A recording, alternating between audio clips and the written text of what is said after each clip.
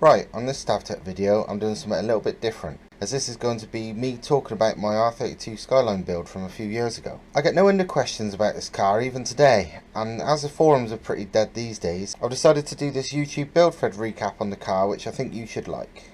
As most of you know, I like testing things and proving stuff, which was the main reason I bought this car back in 2012. I bought it to prove RB20 engines weren't the weak and tunable crap most of the UK seemed to think they were back then.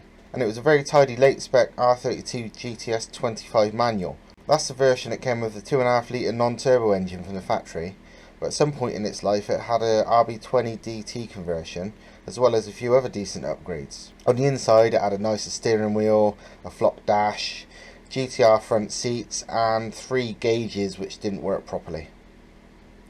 Under the bonnet it was a little bit more modified. As well as the RB20 conversion, it had a GT2871R turbo on a T3 to T2 adapter flange, a front mount intercooler, a full exhaust system, GTR injectors which are 440cc, a HKS air filter, oil catch can, a rated fuel pump, and a Pexi SAFC controlling the bigger injectors. It was running 16 psi boost, which is probably around about 300 brake considering the spec and how it felt. It also had some suspension upgrades in the form of some teen coilovers, front and rear strut braces, and adjustable front and rear camber arms. Basically it was a really good little car, nothing amazing, but a great base for what I wanted to do. The first job I did was something I think is a must have for any performance car, and that's the driver's bucket seat. The one I fitted was a Sparco Evo, which I picked up cheap, and I tend to go for Sparco Evos because they're really supportive. They're just really good seats for the money in my opinion. Next up, I binned off the rear spoiler and wiper, because to be honest I don't like rear spoilers anyway, and I just wanted a cleaner, more subtle look to the thing. I got the hacksaw out and opened up the front bumper a little bit more for more airflow to the front mount, and fitted the number plate to one side as well. I didn't really like the wheels it came on, and I thought they'd be ideal for drift spares anyway, so I bought these badass 9x17 Wedsport alloys off my friend Ross at Runs Dragon Performance. And yes, they were that colour when I bought them. The tyres are pretty shot on them though, but I had some 235 wide R888 tyres lying around, so they went straight on. One big problem with the car is it still had the GTS 25 diff fitted, which is 3.6 to 1 ratio, which is stupidly long for Skylines, and that geared the car to something ridiculous like 230 miles an hour at the rev limiter and fifth, and it really killed acceleration. The solution was a 4.3 to 1 diff that I got from Garage D, which I then got Swarovski Motorsport to weld up and fit for me, as well as locking out the high cast rear steering, fit some subframe locking collars, and also gave the car full suspension geometry setup with a zero rear camber for maximum traction. The result of all this was the car felt like a different car altogether. Way punchier acceleration from the new diff, massively better handling and straight line traction thanks to the suspension geometry setup. Most tubular exhaust manifolds are a bit crap to be fair, even the expensive ones. They all tend to crack, so I weren't going to pay a lot for one, and I went for honestly the cheapest one I could find, which was this mild steel one which had some kind of ceramic coating on it. For the external wastegate, I bought a used but good condition Turbonetics Delta gate. Most importantly though, the turbo. This was a test and development unit for what ended up being called the Compressor Racing RS341. I'd known Chris from Compressor Racing for years, and this RS341 is basically an updated and modified wholeset HY35. And we already knew HY35s worked brilliantly on RB20s and RB25s and 1JZs, but with some improvements to both the compressor and turbine side, I knew it would be even better, and I offered to test this one for him as long as I could keep it afterwards. I had to build an exhaust too, which was easy for the wastegate because I just built a screamer pipe facing straight down to the floor. But the exhaust, well, I knew the importance of a really big exhaust on a turbo car, and decided to build a custom stainless 4-inch turbo back exhaust. After lots of cutting, measuring and messing about, and also realising the HKS rear section that was already on the car was a pretty massive 3.5 inch, I ended up with a 4-inch downpipe and centre section that actually sat higher from the ground than the original 3-inch it had before, and then it ended in the 3.5 rear section, which is perfectly fine, and I was just really happy with that.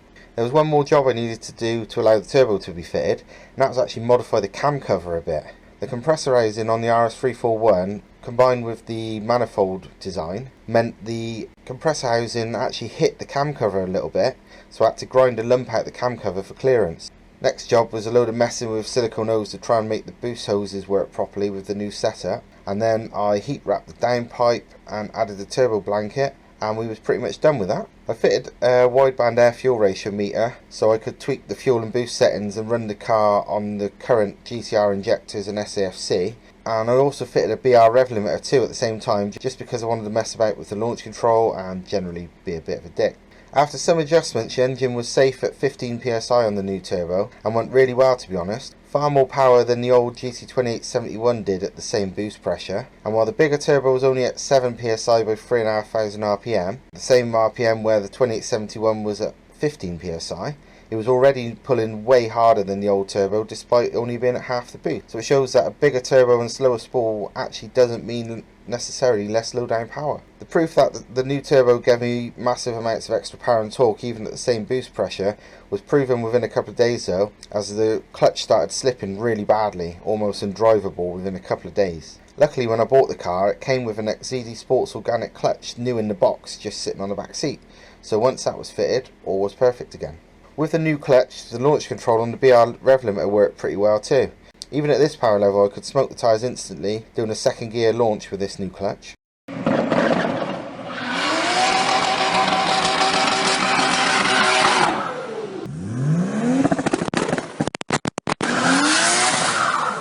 Soon after this I decided I wanted the car to be as sleeper as I could make it, so I gave the wheels a quick coat of satin black, and I think they look much better like this, to be honest. I know it's hard for a car fan to consider any Skyline a sleeper, but with grey bodywork, black wheels and no spoiler, your average person on the road seemed to have no idea what it was and seemed to be really upset if they lost in a race, and to be fair, even at this amount of power, most people lost. I used to even tell people it was a diesel messing about, and most people even believed me and used to comment how fast it was for a diesel, so I even stuck a diesel sticker on the back in the end. Of course though, I didn't fit that big turbo and not want big power. Soon after I bought a Z32 airflow meter, 720cc injectors, and wanted to get Niztune fitted and live mapped so I can get some real power out of it. I wanted to get Greg at ProTuner to map it, as he's one of the few people I actually trust to do a good job, but he was so popular that there was a 3-month waiting list at the time, and as I was impatient, I went against my better judgment and took the advice of people on the internet and went with a different mapper who they all considered to be amazing. I took the car to the mapper, and what was meant to be a 1-week job ended with me waiting about 2 months for the car, and the result was an estimated 450 brake at 23 psi boost. I say estimated, as that's what it was. There was no rolling road readout, as he said something was wrong with his dyno.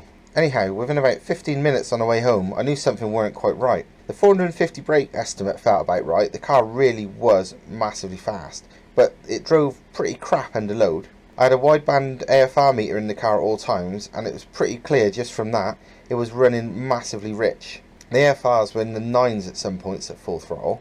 I'm all for rich and safe. I'd rather lose a couple of horsepower than run lean and be unreliable, but that is ridiculously rich, and how a mapper can call that completed mapping and give a car back to the customer like that is beyond me. As you can imagine, I weren't happy, and thanks to the AFR meter I had proof that it was wrong too. And in the end he actually refunded me for the mapping work, although I still had to pay for the other stuff that was done.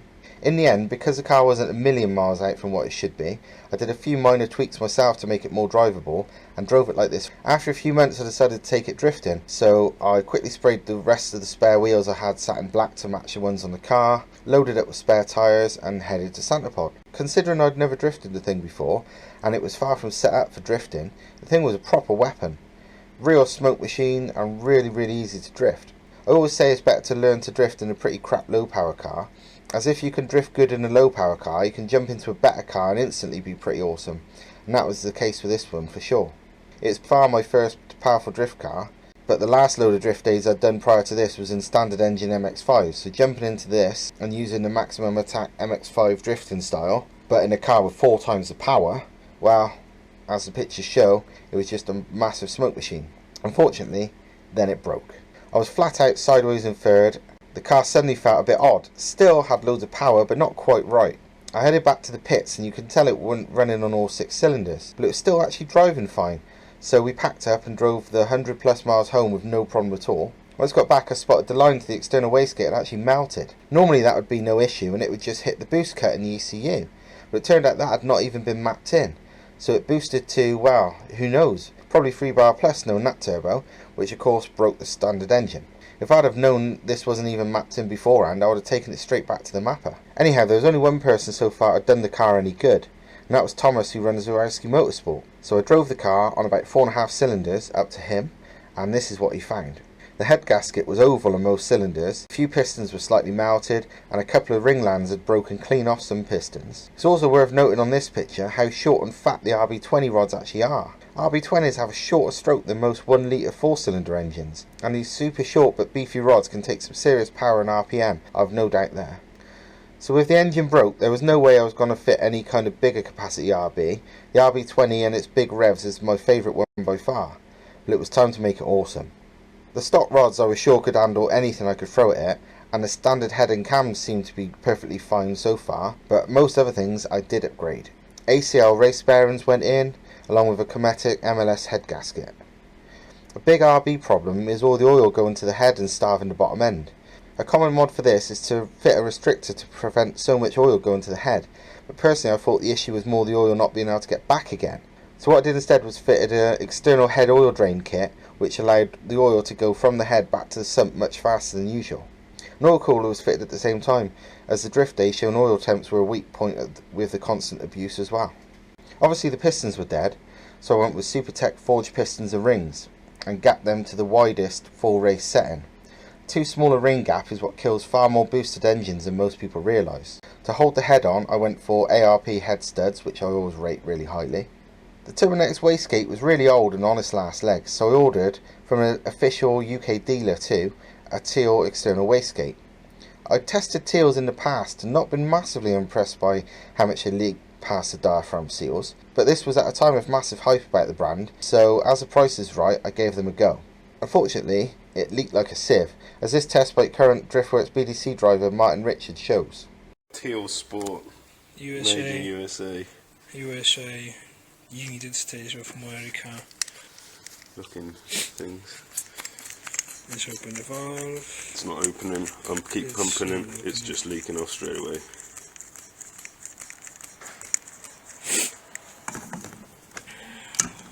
I can't actually get it to open. So I would say that is shit, fucked and crap. Obviously this is tight. Yeah, so everything's tight. Don't want to when you boost it, hold that for a sec. Alright. Now I've had an airline in there and it leaks out of there. You can hear it. No. Mr. Steve, that is shit. So smart, been used, we know it checks. Used and abused. So that's opening Nice up about open. 1 bar. How much you got there? That's fully open. Even that drops off over time. Nice. Look at the gauge, look at the gauge. Let's open show from the bottom so you can see it. And it's starting to close now as the pressure drops off. Nice. But it takes a bit, that's alright. Yeah, that's alright, isn't it? Yeah, that's cool. Because of this, I sent the teal back and got a refund, and used the TurboSmart external gate shown in this video. Next job was the crankshaft. RB cranks can take anything you can throw at them, but the weak point is the drive to the oil pump, which is really bizarre and crap. It's too narrow as standard, only 4mm wide, which can allow the oil pump drive gear to slip when used really hard, which ends in disastrous consequences and a completely ruined engine. Thankfully, Thomas Zarowski is a bit of a genius when it comes to welding and fabrication, and took one look at the standard crank and said he had an idea to fix it straight away. What she did is added extra metal to the crank, making the oil pump drive 10mm wide, basically making it impossible to fail. The big final component was the inlet manifold. I'm not really a fan of most standard or aftermarket inlets for tuned turbo engines, and they're the cause of more reliability issues than most people realise, especially on straight sixes. Turbo inlet manifold design is a whole feature on its own, so I'm only going to say the basics here, but almost none flow equally, not even close, not standard ones or aftermarket ones. In fact, many aftermarket ones flow less equally than the standard ones. The problem is, 99% of cars are tuned using a single lambda sensor in the exhaust downpipe to measure the air-fuel ratio, and this being a single one, all it does is tell you the average AFR from all the cylinders. That's fine if all the cylinders got the same amount of airflow, but mostly thanks to the inlet manifold designs, that's far from true. On a 4-cylinder, for example, your AFR gauge might show 11 to 1, but that could well be 2 cylinders at 11 to 1, one losing power by being incredibly rich at 9 to 1, and one melting the piston or blowing the head gaskets is at 13 to 1, because it's just an average. You ever wonder why certain turbo engines blow up all the time on the same cylinder? Well, that's the reason why. That cylinder is getting far more air than the others, so it's running leaner than all the others. For this reason, I wanted an equal flow inlet manifold. You can never expect perfectly equal, but you can get near as damn it if you do it right. Science and maths aren't my strong point, so I was never going to design it myself, but you don't really need to in this world, because you can just stop looking at tuner cars and look at motorsport, and you can be fairly sure someone's already designed it for you. While it's been used on hundreds of race engines over the years, this equal flow twin plenum design has been most noticeably used by Audi on their inline 5 engines, from Group B rallying all the way to IMSA racing. And in later years they've used them on their Le Mans engines and even rallycross engines, and they work fantastically well. The key parts to get right on an inlet manifold like this is a taper of the inlet plenum front to rear, and angle and diameter of the slot that allows air between the first and second plenum sections. 99% of inlet manifold designs on the market, mostly just a wild guess, but thankfully Thomas Zurowski is pretty damn handy with calculations and was able to make a very educated guess on the sizes and dimensions of this inlet. He understood what I wanted and how this worked and did it no problem at all. After the calculations, the engine went in first just to make sure that the design would even fit, and once it did, it was all systems go, and in no time he had it made. The final couple of things to fabricate was the oil catch tank and a badass looking 4-inch alloy inlet pipe from the turbo to the air filter. Once this was all done, it was time for the dyno, but I wasn't making the same mistake twice, so this time it was in the hands of Greg at ProTuner. First time out it didn't go well at all. The custom turbo oil feed line that I got a company to make for me actually burst and caught fire, nearly burning the whole place down. Once that was all fixed, I had some good and bad news. I knew this turbo worked well, as it did even with the flawed old setup, but with this new inlet and a good mapper this time, the thing spooled up so well that the Nishun ECU and Z32 MAF sensor just couldn't really handle it, especially coming off and on the throttle rapidly. I'm not exaggerating either. The car would hit full boost at half throttle with no problem at all, despite being a 600 brake turbo on a little 2-litre engine that most people seem to struggle spooling even tiny turbos with. The problem could have been mapped out by making the car spool up slower or perform worse at part throttle, but that's a bit of a crap way to sort things out. It was time to change the ECU to something more capable. One of the problems was the MAF sensor, so we needed a map sensor management, but most ECUs with map sensor cost a fortune. But Greg actually recommended something I didn't expect, which was a Consilver. Hardly anyone uses HKS FCON in the UK, as most can't map it, but Greg said it would work really well and actually was really cheap on the used market because most people just practically throw them away. And lo and behold, I bought one really cheaply off eBay, and Greg fitted it and mapped it, and it actually drove perfectly, better than it's ever done even when I first bought it. The car ended up being boost limited by the ignition coils. Anything above 1.6 bar gave inconsistent misfires, and despite the car being tried as high as 2 bar with 0 DET issues, which is at least partly down to the equal flow inlet manifold, because that's normally unheard of above about 1.5 bar with RB20s on pump fuel, the final numbers were 470 brake and 400 pounds-foot of torque. Though Greg said 550 brake would have been easy, with some better coils for more boost and maybe some mild cams. Annoyingly, the cheap exhaust manifold that I bought had warped all of its flanges and was blowing like hell before the final dyno runs, so the graph looks like the power comes on about 1000 RPM later than it did in reality. Once the manifold flanges were skimmed flat, full boost was from about 4000 RPM, and it made positive boost by under 3000 RPM, and it pulled all the way to 8000 RPM. Basically making a massive power band and just awesome fun to drive and really fast. From the usual idiots and E46 M3s to proper stuff like Ferrari F430s, I never came across anything that was even close to keeping up with this.